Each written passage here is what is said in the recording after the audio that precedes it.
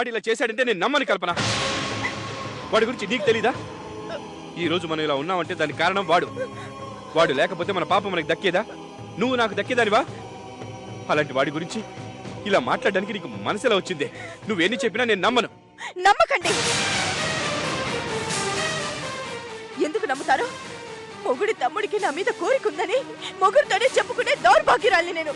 నన్నెందుకు నమ్ముతారు?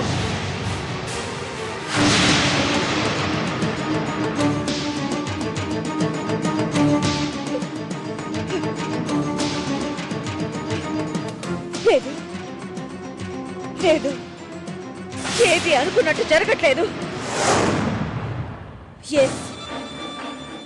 ముందు దాన్ని చంపి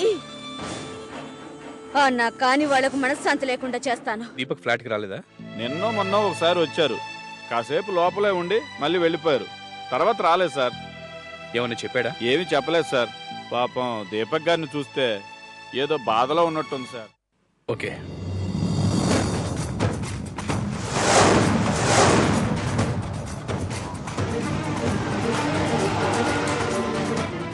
నమస్తే సార్. నమస్తే. దీపక్ ఆఫీస్కి వచ్చాడా? ఇంటి దగ్గరే ఉంటున్నాడే. లేడా సార్? ఇప్పటి వరకు ఇంటికి రాలేదు.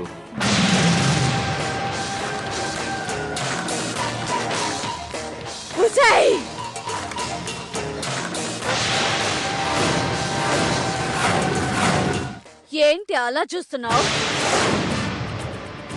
ఇది భ్రమ కాదే, నిజం. ఎందుకొచ్చా? మీ సుఖాన్ని మీ ఆనందాన్ని చూసి మురిసిపోదామని వచ్చానే.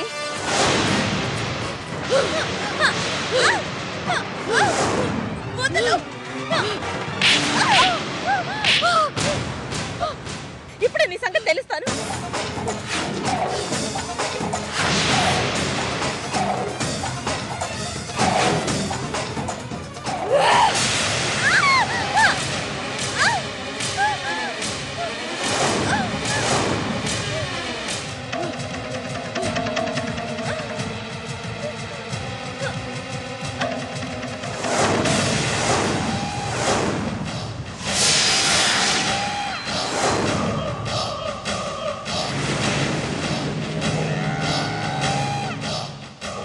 ఈ రోజుతో నాకు పట్టిన పేడ వదిలిపోతుంది.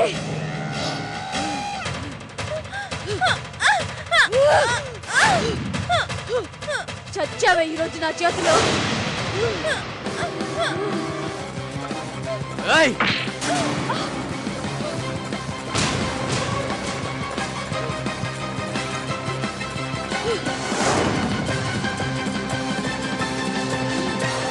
మా జీవితాల్ని నిలువునా కాల్చావు కదా. అది నీకు దేవత, నేను నీకు దయ్యానా?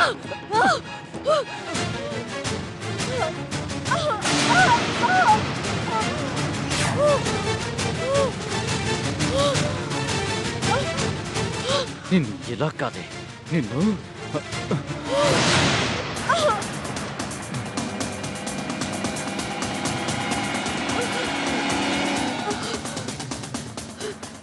ఒక్కసారి నిన్ను కనికరించి వదిలిపెట్టినందుకు జీవితమంతా మమ్మల్ని వెంటాడుతూనే ఉన్నా.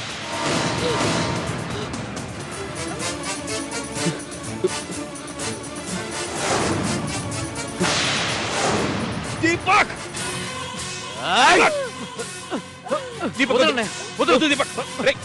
నన్ను నువ్వు చంపడం కాదురా, నేనే మీ అందరిని చంపేస్తా. ఏంటన్నయ్య దీంతో మాటలు?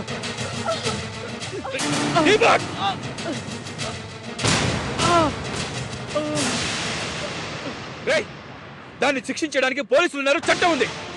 నువ్వుకే మాట్లాడద్దు.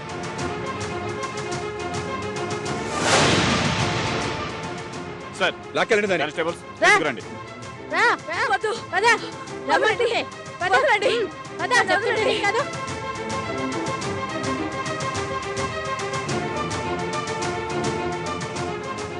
ఈడ్చుకెళ్ళండి దాన్ని.